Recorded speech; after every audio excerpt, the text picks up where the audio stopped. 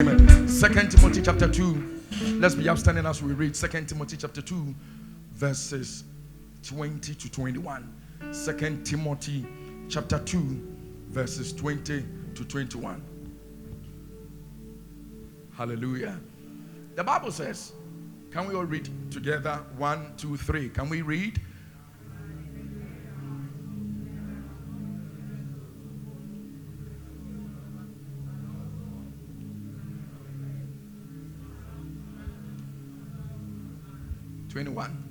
If a man therefore purge himself from these,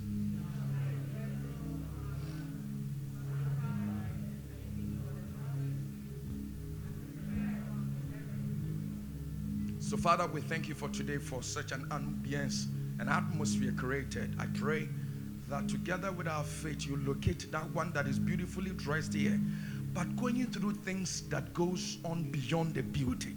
Bible says that the word of God searcheth, yea, the deep things. And the Bible said that the word of God is sharper than two-edged sword. We activate the potency of your word this morning to locate and address issues in our lives. In Jesus' mighty name. Somebody shout a louder amen and take your seat. Hallelujah. I'm not feeling you this morning. Shout a louder amen. Hallelujah. Well, I want to talk on the subject, mastering your purpose. Mastering your purpose. Mastering your purpose. Somebody shout, mastering your purpose. So before I move on, I want you to take your phone, make sure that you go to Facebook, share this live stream so that somebody somewhere will be a blessing unto the Lord. Hallelujah. So I want you to be the first evangelist to broadcast this to somebody somewhere. Hallelujah. And this is our custom at the Radiant Place. Every service of us, we have to make sure that we go online and we share so that somebody somewhere, the essence is somebody somewhere will accidentally chance on Papa's video or the videos of the Radiant Place, so that just a second word can change their life. You never know people that wanted to commit suicide, that strangely they flipped and they saw our father preach, said something, and suddenly, I handled by the grace of God the church line. Suddenly they said, and we heard him say this, and by virtue of that, we have stopped. Hallelujah. So I want you to save somebody. Hallelujah. Make sure you share the video, and you can make a watch party, your status. Amen. Oh, church, are you with me? Amen. Are we done? Okay. Somebody shout, mastering your purpose. Now, when we talk about mastering, the whole of this month we've been talking about purpose. And today happens to be the last day in the month of February. Then we zoom into the month of March. I pray that any unresolved issue in the month of February, in the month of purpose, that hasn't been resolved. He took 6 days to create the things in the world and rested on the 7th day. Do you know that it can happen before the crossover to March? I pray that which you are believing God for in the month of February, to men it is too late, but to God it is not late. You can be a late person, but when he comes in, you will be a front liner. This morning I pray that may you receive the grace to be a front liner. Hallelujah. Now when we talk about mastering, we are talking about the ability to gain mastery. The ability to gain mastery on your purpose or on a thing. The ability to gain mastery. Let it go down small. The ability to gain mastery on a thing, on an assignment, on a purpose. The ability to gain mastery. I pray this morning that may God give you grace to gain mastery on your purpose. I'm not feeling you. Somebody shout a louder amen. Hallelujah. Now, mastery can also be defined as becoming a proficient or becoming proficient, useful, valuable, unique in the use of something. Becoming proficient in the use of something. Number 2 or 3, mastery can also be defined as the act of making a master. You will be a master on your purpose. You are not getting. I said you will be a master on your purpose. Hallelujah. Sundays are meant for teaching, so we're going to teach. Hallelujah. Now, when we talk about even to become a master, because out of mastery we derive the word master. What is master? Master is when a person gains a general authority over something. When somebody, or when you gain a general authority over something. In the month of March, you will gain authority on money. See, somebody came to church and the person's eyes was open. And he said, anytime Papa stands to say receive, receive, as he shouted receive, angels are released. And those that say amen, the angels locate them, and whatever he says, they receive it. Now, this thing we shout amen to receive it is just a matter of time, because when Jesus cursed the fig tree, the disciples looked at the tree thinking that instantly the tree will wither. It was subjected to time. When Jesus cursed the tree, suddenly the root started drying up. So if I say you'll be a millionaire and you shout amen, it is just a matter of time. Suddenly in the realm of the spirit, something changes in your life. It's just a matter of time. You will see it come to pass. And when we say amen, you don't pay tithe. You don't pay money to respond amen. Amen means let it be so. May God bless you. I like that. Number 2. Master is to be or become a skilled person in a particular field. To be skilled in a particular field. To be skilled in a particular field. Now, when we take time to look at our anchor scripture in 2 Timothy chapter 2, verses 20 to 21, I love how Paul took his time to introduce this scripture. Now, the Bible says that in a great house, I'm going to teach today, in a great house. Now, when we talk about a great house, we can liken a great house to be the world, to be the universe. In a great house. And we all know the CEO of the great house, and that CEO of the great house is God. So the Bible says that in a great house, in his own infinite wisdom, he took his time to create the things in the world and intentionally accorded different strength, different responsibility to the things that he created in the world. And that is why on Friday, when Elder Clement came to stand here and preach, there is no way I can preach like him. He created this atmosphere, did everything. I was standing, I was like, ooh, like I haven't seen somebody preach before. Because when God created that great house, he intentionally wired something into him that will make him different and unique. I look at how honest Bishop Mills is so committed and loyal to the Archbishop Duncan Williams. I see the Archbishop hold the mic in the name of Jesus and all this. And when you see how Bishop Dak preaches, and if they tell you that that man, Bishop, is highly connected to the Archbishop Duncan Williams in a loyal way, if you're not careful, you will be thinking that, why is that the man, the way he preaches, he dresses, and that Bishop Dak is... Listen. In that great house, he deliberately, consciously, intentionally created us to be unique.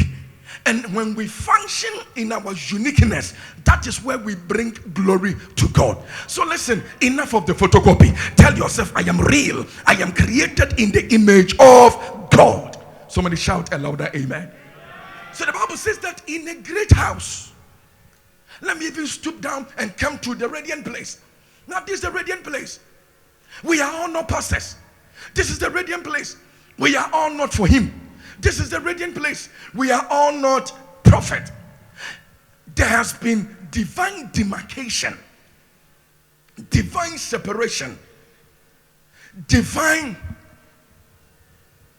establishment in us and different responsibilities have been set unto us, yet the same house, the same radiant place. But this one does this one does this. So as we all merge together and begin to function well in that great house, then the beauty of that great house comes and they say, yes, this is the radiant place. We have a slogan that these days we don't put it down here, that it's not a church. With the radiant place, we are not a church, but it's what? An experience. So it's a place that when you come, you forget that it is a church. I can only come here as a visitor and forget that here's a church. When I function in that great house called the radiant place, if I hearken to my responsibility, and if you also hearken to your responsibility, then when somebody comes, you will know that no, this is not a church. It's indeed an experience. Somebody shout amen. It says that in that great house, there are not vessels of gold. When he created the great house, he deliberately deposited some intentional and unique purposes in us. The Lord took his time to weigh Pastor Robert. The Lord took his time to weigh Elder Clement. The Lord took his time to weigh Minister Sandra, Minister McDaniels, and gave them different vessels. Here I will detour and use vessels as purpose. The one that created the world, the one that created us, took his time and weighed us in the measuring cylinder or measuring can or something. And when he was measuring us, based on how he created us, he said, I want to give this man a purpose to be this, like A in life. I want to give this woman a purpose to be B in life. So it says that in that same great house, he has given us unique vessels, unique purposes. So the thing that you will do that will bring you satisfaction is different from the thing that I will do that will also bring me satisfaction. Am I blessing somebody? What? Look, Mother Teresa, having had everything on earth, decided to come on earth down to be a blessing unto others. I recently read about the story of Makion. He left everything and came down just to be a blessing. Look, I look at people that are missionaries. By the grace of God, I'm married. Then suddenly the missionary grace falls on me. What does it mean? I tell my father, I tell my mother, my wife, my children, my family that listen, the grace that has come on me. So I'm going to live at Congo just to make sure that I spread the word of God. Then your father tells you that with all the certificates and everything I gave to you, you are living it. That is where satisfaction is in. That is where the CEO, the one that created me, that is what he wired me for. So I heard a story about a medical doctor that did everything, went to school because his parents wanted him to be a medical doctor. By the grace of God, he finished excellently and was given an award. Now, when he was given the award, he was called to come and receive the award. When he received the award, you know when you are receiving that, you have to talk like a remark. So when the guy was talking, he said, I am here because, sir, I am lost in myself. I am here because there is no satisfaction in myself. I am here receiving this award because of these two people, my father and my mother, because they pushed me to be a medical doctor. But there is a vessel, a purpose, an assignment in me that is calling me to be a musician. Different assignment. Medical doctor.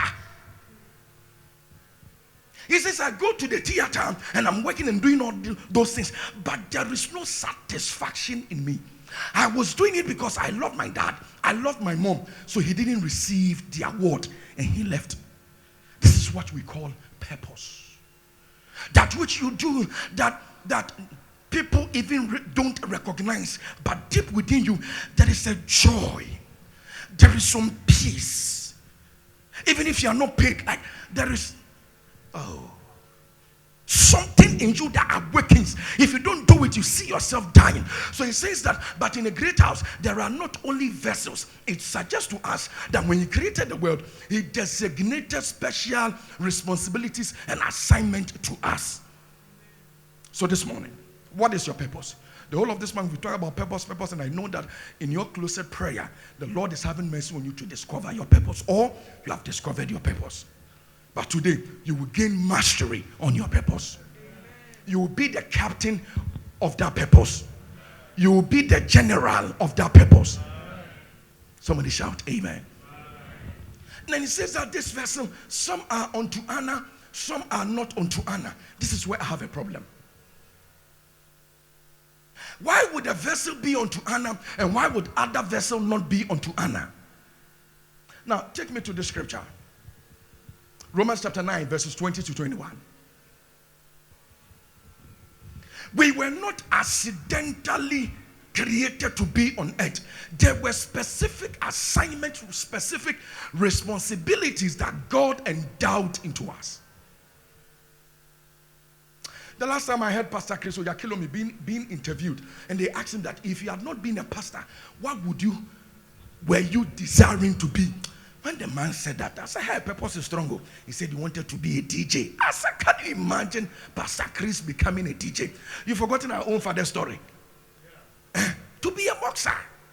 When they kicked him one, when he measured the intensity of the blow, he said, no, this is not my purpose. Yeah, the blow back up, burn on top from. He said they were counting 1, 2. He said, me, I will die here. When you are lost in your purpose and one blow is given to you, that is what happens. So that's just by the way. Hallelujah. Nay, but, O man, who art thou that replieth against God? Shall the thing formed say to him that formed it, why hast thou made me this? How can the one that created me, the creator, tell the creator that how did you create me and give me a purpose in me to be a preacher? While my colleagues, it reminds me after school when we all had opportunity to work at Anglo Gold Ashanti. Hey, they told us the sum of money we'll be getting at the end of the month in dollars. We were so happy. Now I entered, and anytime I entered into the mines, it looks like I have collapsed. There wasn't any satisfaction in me. Has somebody been there? You go there like something is lost, like you are dead at that business, you are dead in that work, you are lost in yourself. And anytime I hold this thing, anytime I come to church, I ring the chest and do all these things, I get some satisfaction in me that is bigger than the dollars they wanted to pay. So he says that how can the creator tell the creator, why did you create me this way? So we are answering the puzzle that says that some are unto honor, some are not unto honor. Give me 21. Has not the potter power over the clay? Has not the creator power over the creature? How dare you tell me how you want me to create you? Because I weighed you in the balances. I measured your strength. I saw you. I even put in strength and weakness there. Why are you trying to compare yourself to the vessel of honor? Why are you comparing yourself to the one that has potential? See, because every day, nowadays, people are giving thanks to vessel C. So you too want to be vessel C. Meanwhile, you are vessel J. How can a saucepan compare itself, that is saying, how do you say it, to a that is saying? Saucepan is annoying every time. That look, me too, I want to, what did you say? That is saying, me too, I want to also be put on fire, so that me too, they can cook in me. Let's look at these two analogy. A silver, a serving tray, having an argument with God. No, even this one, let's put God aside. We control them. Having an argument, you go home and the silver tray is annoying with you, telling you that, why are you not cooking on me?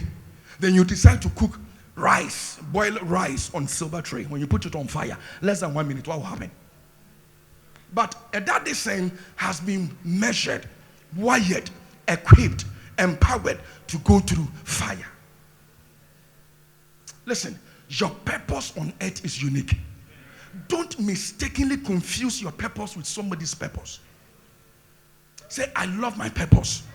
I will fulfill my purpose. I am gaining mastery on my purpose. Hallelujah. So he says that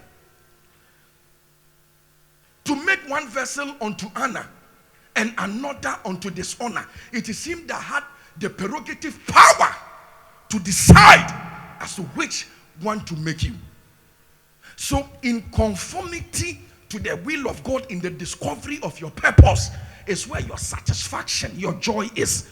This morning, as you discover your purpose, may God give you grace to gain mastery on your purpose. If you clap, the Lord will bless you. Now, quickly, I want us to go through diversity in purpose. Diversity in purpose. The diversities in purpose. Am I blessing somebody? Thank you, sir. Each vessel is differently unique from the other and is being used differently. But it is the same Creator that deposited these unique purposes in us. And as me, I use mine. As Mama uses her, together it brings glory to God. So nobody is special when it comes to purpose. What a daddy son can do, it brings honor. What a servant trade can do, it also brings honor. The fire that is dangerous, that kills people, at the same time is also important because we use that same fire to prepare what? Food or boil water. I just put something in the spirit. Diversity. Number one. Displacement. Displacement. We discover that each of these vessels are varied, and its makeup size is uniquely, and its intended use is different, but in a great house or in the same great house. Let me take it again. We discover that the placement of each purpose, the placement of each purpose on earth, its use, how we use it, and how it has been placed in that great house is uniquely different. There is a reason why God made Minister Siedu, you to come from that family you are coming from, have that same mother, that same father. The time you were giving birth, there is a reason he brought you, your placement. There is nothing called wrong placement on earth. No. You didn't choose your coming. You didn't have control on your coming. That I am a Wednesday born, that I don't want to be a Wednesday born, I want to be a Friday born. No. So he deliberately, intentionally placed us uniquely. That is why my nose was big, but somebody's own, like my own sister, very pointed. Who knows tomorrow? There is a reason. So when we want to gain mastery on our purpose, we've got to consider our placement. There is a reason why he has brought you into this church. There's a reason why you are working at where you are working. There is a reason. Until you discover the reason why you are there, you can never be useful. Your placement in church, at your workplace, as a security, God knows he has wired you for securityship. It is our time that when you see somebody as a security man, we laugh. But somebody finds satisfaction that let me be a caretaker on somebody's goose. The manager is no different from the secretary, the security. But if the security knows his placement, why he's there, he will not be deterred by the perfume the manager puts on herself or himself. He knows that even his salary cannot buy that perfume, but he doesn't care. It is the satisfaction he's looking at. May God give you some satisfaction in your purpose. Number two, I want us to pray today. It's the last day. The assortment. The assortment. ASSORTMENT. The assortment. When I talk about assortment, I'm talking about a collection of things. Hallelujah. I'm talking about a mixed bag. I'm talking about a mixture. Amen. For him, are you with me? Ekweme, are you with me? This is too much, eh? I'm in the spirit. I'm always in the spirit. Hallelujah. The assortment. Paul revealed that the variety of vessels found within that great house, that some are wood, some are silver, some are gold, but each vessel was intentionally equipped, created for a particular use. What the wood can do, the gold cannot do. What a woman can do, a man cannot do. We can attempt to do the same, but if a woman does it, that is why I have a problem with the gay, the lesbian thing. What a woman can give, a man you cannot give. If you said amen, the Lord will bless you. You are acting spiritual, but I'm more spiritual than you. Hallelujah. If you laughed, the Lord bless you. If you squeezed, the Lord, hallelujah.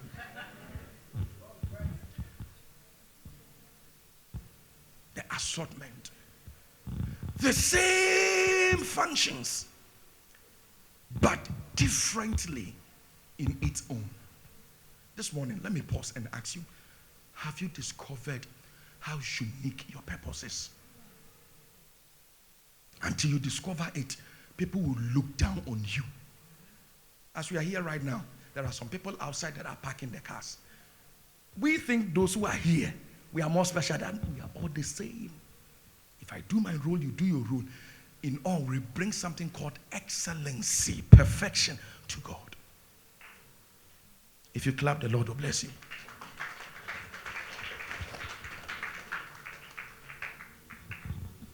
So the question is, God creating the wood, God creating the silver, God creating the gold, He had a reason for creating them.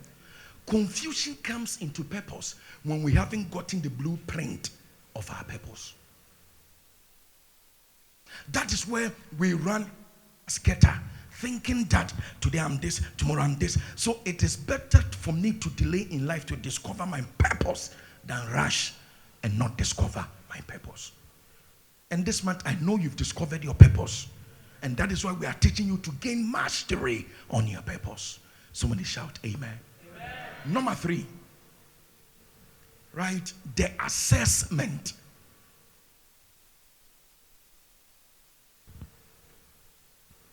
The assessment. So give me 2 Timothy chapter 2, verses 20 to 21. The vessels or the purposes that we have in us, sometimes earthly doesn't bring the same honor that is on earth, but in the heavens it brings the same purpose. It's assessment. We are talking about the assessment of purposes. I always forget this man of God, the one that preached with John 3:16. He's dead. Billy Graham. All that the Lord gave to him on earth is to preach John 3:16. Hey. So all his years on earth, all that he was known for is to be the preacher of John 3:16. That is his purpose. And somebody like our father, Apostle Emmanuel Lincoln, has been mandated, equipped with the grace to be an apostle of grace. So any preaching that the man preaches, he will end with grace. Maybe I am being created to talk, to gain mastery on the faith. Then I photocopy myself to be John 3:16 preacher. I will preach, they will clap, they will do everything for me. But within me, listen, we are talking about, when we talk about purpose, and we are talking about inner satisfaction. That inner thing. No, I'm not faith. I'm not faith. I'm still discovering mine. Hallelujah. You are talking. Hallelujah. So, God is saying that our assessment is different. He created us and He knows how to assess us in the usage of our purpose. Are you using your purpose? Are you fulfilling your purpose? Or you have left your purpose there because of hunger? You've left your purpose there because you think that your purpose in fulfilling that unique purpose of yours will be amount of thanks. But if nobody is giving you thanks, the heavenlies, the celestials in heaven, they have stood and they are giving you thanks. They are telling you, march on, move on, because God knows why He made you an usher. God knows why He made you a woman. God knows why He made you a security person. He knows why even you didn't go to school or got to that level in your education. He knows. We will be assessed differently. And we should be very careful of distraction in there, because if you are being distracted in your assessment, you can't tell the one that created you that it is Gina Akins that distracted me. That time Gina Akins is not there. Okay. Let's get to the next subtopic. Before, let's read 1 Corinthians chapter 3, verses 13 to 15. 1 Corinthians chapter 3, verses 13 to 15. Every man's work shall be made manifested. Every man's purpose shall be made manifest. For the day shall declare it, because it shall be revealed by fire.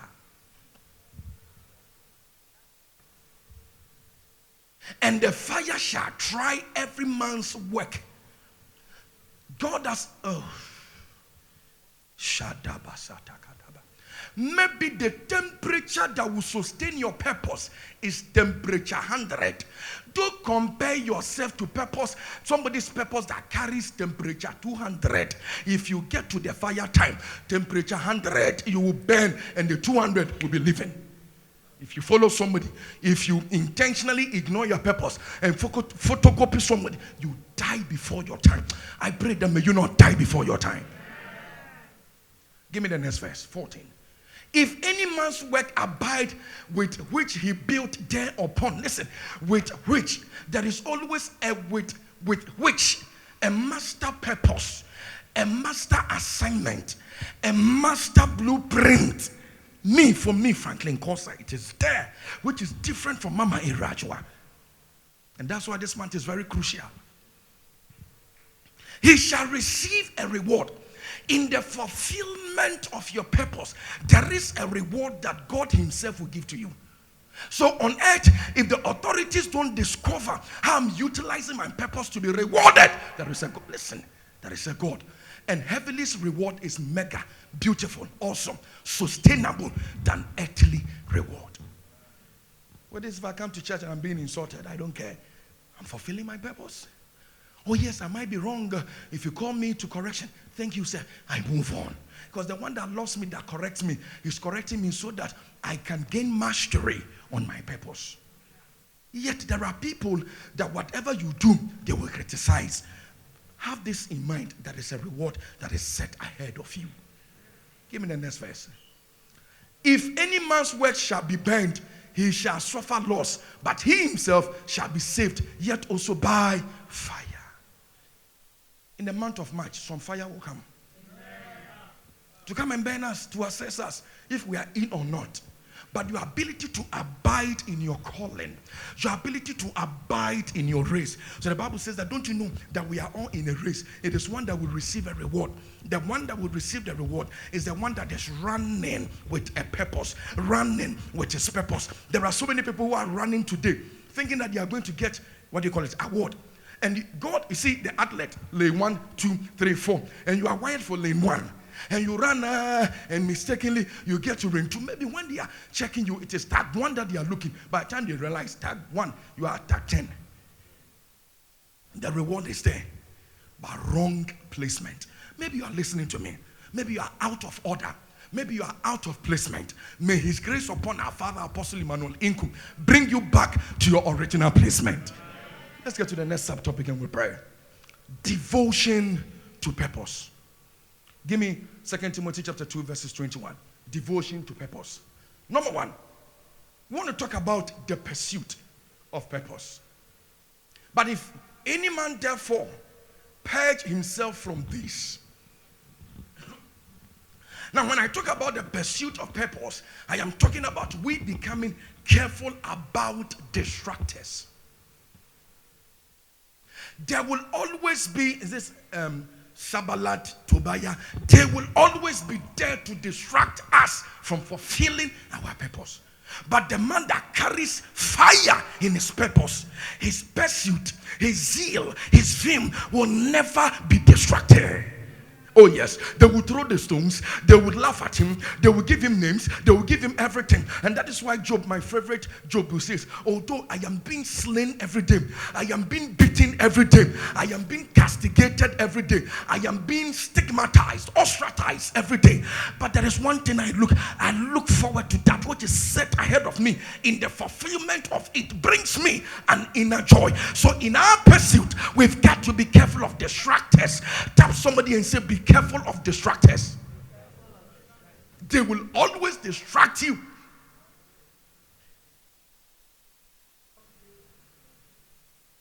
The first time I was preaching, I didn't know my left and right. As I was preaching, I was confused. I didn't know my quotation, Acts chapter 2 verse 100. They were laughing. They were laughing. An old woman at Gomwako Florida was there, Methodist Church. Says, no, leave him. There is something in that boy. Listen, if God had not raised that woman, maybe I would have ended this. There are so many people that have buried their purpose because yet you made that mistake. Yes, in the fulfillment of purpose, there are times we will genuinely make mistakes, but God will raise somebody as a backup plan to tell us that you are good. Move on, march on. You can make it. May God raise backup people to back you in times and seasons that you need people to season you. We all need each other. We all need each other.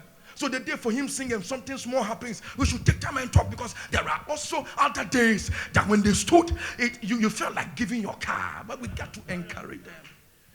There are some days I hold the mic and I'll go off. You've got to encourage me. There are some days the ushers will make a mistake. Because we should also remember their good days. There are some days our wives will cook and the salt, the onion, the pepper will be too much. We should know how to address it, because there were days when they cooked, we were like, come on, warawan, come on, boka. Somebody say the pursuit. If it's a good message, clap your hands for Jesus. And when we talk about the pursuit, we are talking about the ability to strive effectively to live a life that will admonish our purpose on earth. The ability to strive. Hey, if you want to gain mastery on your purpose, don't forget this word, strive. Jesus says that I have to be stretched. There are some days you'll be stretched. Yes, you carry purpose. Yes, you are in your purpose. Yet you are gaining mastery on your purpose. But God will intentionally stretch you. That time when you fast and call, He will not hear. When you pray, you will not sense Him. When you do everything, you give tithe, seed, everything, you will not feel Him. But in it, He's pushing you so you can go up. Somebody clap unto Jesus. Number 2, right? The promise. The promise. If a man therefore purgeth himself from these, he shall be a vessel unto honor. He shall be a purpose that will bring honor. The promise. There is a promise that has been attached to our purpose. The Bible says that if we can purge ourselves, if we can check our pursuit, people that fight against our pursuit, people that fight against our life, people that have become anti-progress spirit, that fight against us, he says that there is always a promise ahead of us. Your favorite scripture, Jesus, whom for the joy that was set ahead of him, he despised the shame.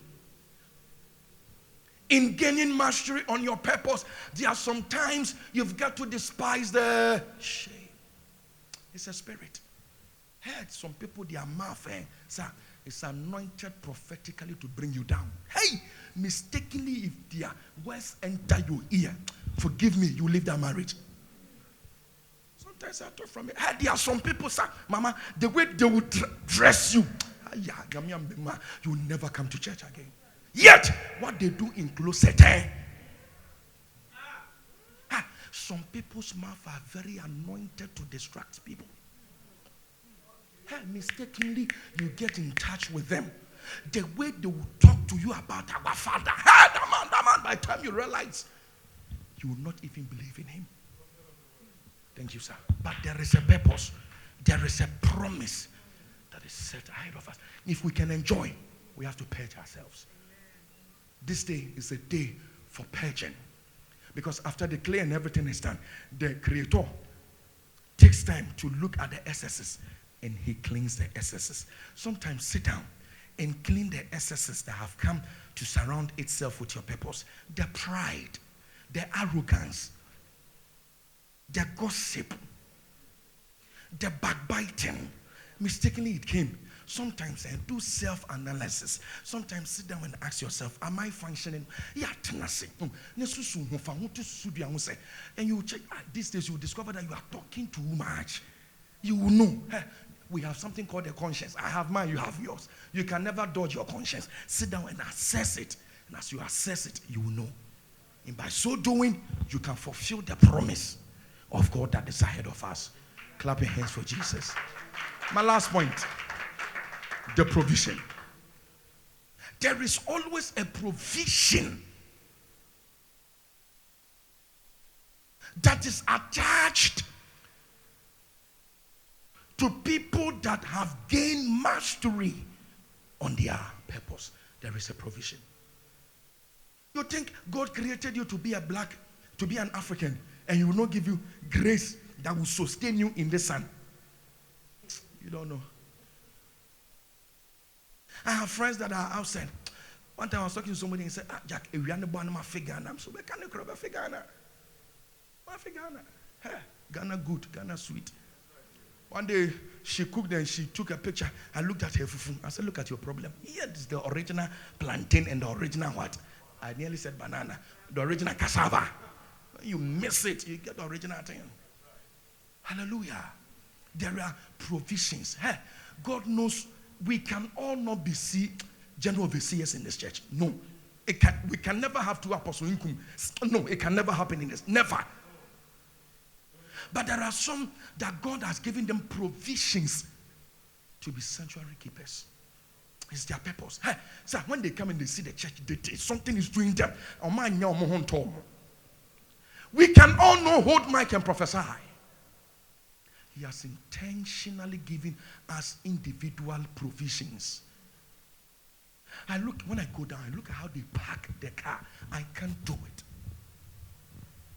So here, comparison is very, very dangerous. Be careful of comparison. The promise. What is the promise? He says that we will be prepared, equipped, uniquely positioned to meet for the master's use. How beautiful it is for the master to be using you. There are a lot of people today, they are using themselves. But the beauty in mastery, gaining mastery on purpose, is when you go through all these processes, then the master, the creator, have pleasure in you and he begins to use you. That is when you wake up in the morning, you tell him that, what do you want me to do today? I love a prayer Pastor Nat prays that, God, anywhere you don't want my feet to get to, may my feet not get there. Anywhere you want me to get to today, let this feet get there. There are promises. He says that, and prepared unto every good work. There are good works there. And God says in the month of March, because we have gained mastery on our purpose, he will make sure that he will push us into every good work in the month of March. Oh, good business, good marriage, good counseling, good telephone call, good interview, good business deal, a good traveling, good laughter, good health, good money in the month of March. I see good money coming. This amen, I'm not hearing it all. I see good money coming because you fulfilled all these things and you are enjoying the promise of God. Can we be upstanding? Give me 1 Corinthians chapter 9 verses 24 to 27. This one, if I can get it in the Amplified, I'll be very happy.